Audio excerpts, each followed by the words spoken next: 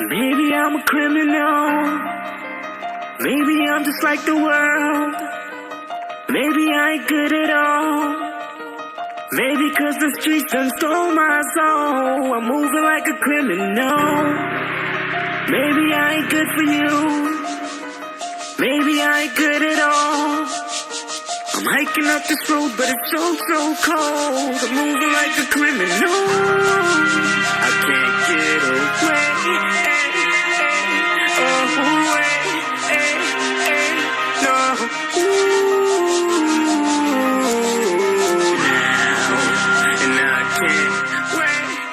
Right now I'm going to meet my little brother, Troy Reed.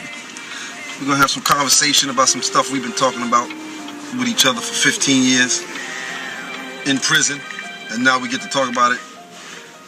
I get to talk about it as a free man. Maybe I'm just like the world. Maybe I ain't good at all. Maybe 'cause the streets done stole my soul. I'm moving like a criminal. What's happening? What's going on? Do you mind taking me on a tour exactly of where it happened, how it happened? No. You know, and kind of walk me through it.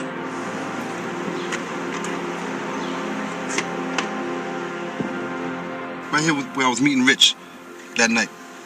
And I pulled up right here. He got into the van. He got into the van right here. And once he got into the van, I knew I had to lock. I locked the doors.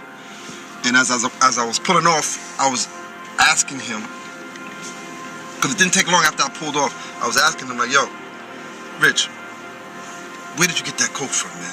That shit was good, because I wanted to make him comfortable. That shit was good as a motherfucker. He's like, I got it from my connect. So yeah. So from there, I knew he was lying. I turned to my little man. I gave him the nod. Once I gave him the nod, my little man spent, because he was short so he could stand up in the van. Next thing you heard was the 2 gunshots. Bang, bang. Richard slumped over. And it happened. It happened right here. It happened right here. At this light. At this light, it happened. I'm saying, in my mind, I'm saying to my little man, yo, he's dead. He's done it. He just got hit with a .357. Twice. The only sound I heard was, him releasing his breath. His last breath. So I'm assuming that he's dead. And I need to find a place to put his, leave his body without anyone seeing me and seeing the van or just, so the only place I can think of and just driving it, and it's just so funny.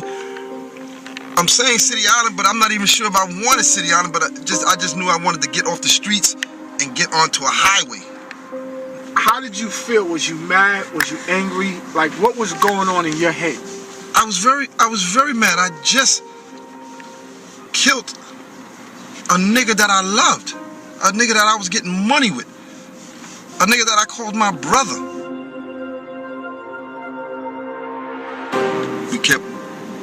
We kept driving this way, and until I can find a remote spot to leave the body. Go around this turn right here.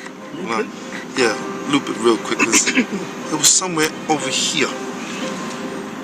So I pulled over like right here, just threw the van up on as close as I can to the rail. Once I pulled over, my little man, Gary's probably like 5'3", 1 something. So I'm trying to stay behind this. I'm trying to stay behind the steering wheel. I'm trying to stay in the driver's seat just in case we got to pull off, and have him go dump the body. But when he went to go try to get Rich out the car, he couldn't pick him up. He couldn't pick him up. Rich was bigger than him, so he couldn't move him to put him in the woods and all that. So now I had to get out the van to go help him. And when I went to go help him, Richard made a sound. So that shit startled me. Like, oh shit, he's still alive. So I grabbed the gun. I grabbed the gun from my little man and put one in his head. And then I had to pick him up. I had to pick him up and dump him in the woods and leave his body. I was able to, get him where he needed to be. And then we jumped back in the van, and I made sure I didn't skid off or anything like that to leave any kind of tracks. And we left. And the rest was the newspapers. The rest was history.